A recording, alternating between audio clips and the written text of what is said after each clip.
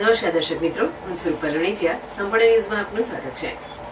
દિયોદર શહેરમાં છેલ્લા ઘણા સમયથી આરસીસી રોડ અને ડામરના રોડ પર ભૂવાઓ પડી જવાથી ટ્રાફિકની સમસ્યા વકરી રહી છે અને દિન પ્રતિદિન અનેક અકસ્માત સર્જાઈ રહ્યા છે. તેમ છતાં તંત્ર દ્વારા કોઈ એક્શન લેવામાં ન આવતું હોવાથી મોડે મોડે દિયોદર માર્ગ અને મકાન વિભાગના અધિકારીઓ જાગ્યા છે અને ગુરુવારે બપોરના સુમારે દિયોદર આદેશ હાઈસ્કૂલ પાસે જેસીબી મશીન વડે એક ડિવાઈડરને તોડી નાખી ટ્રાફિક સમસ્યા દૂર કરવા નાટક ભજવીને પીડબ્લ્યુડી વિભાગના અધિકારીઓએ સંતોષ માની લીધો હતો.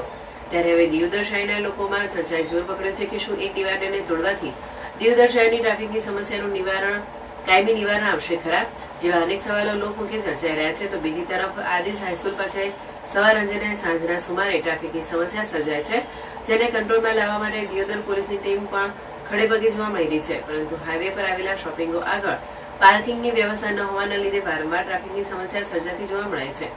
ત્યારે જોવાનું એ રહ્યું કે શું આ પીડબ્લ્યુડી વિભાગ દ્વારા કરાયેલ કામગીરીથી ટ્રાફિકની સમસ્યા દૂર થશે ખરા, જેને લઈ લોકોમાં અનેક સવાલો વહેતા થયા છે.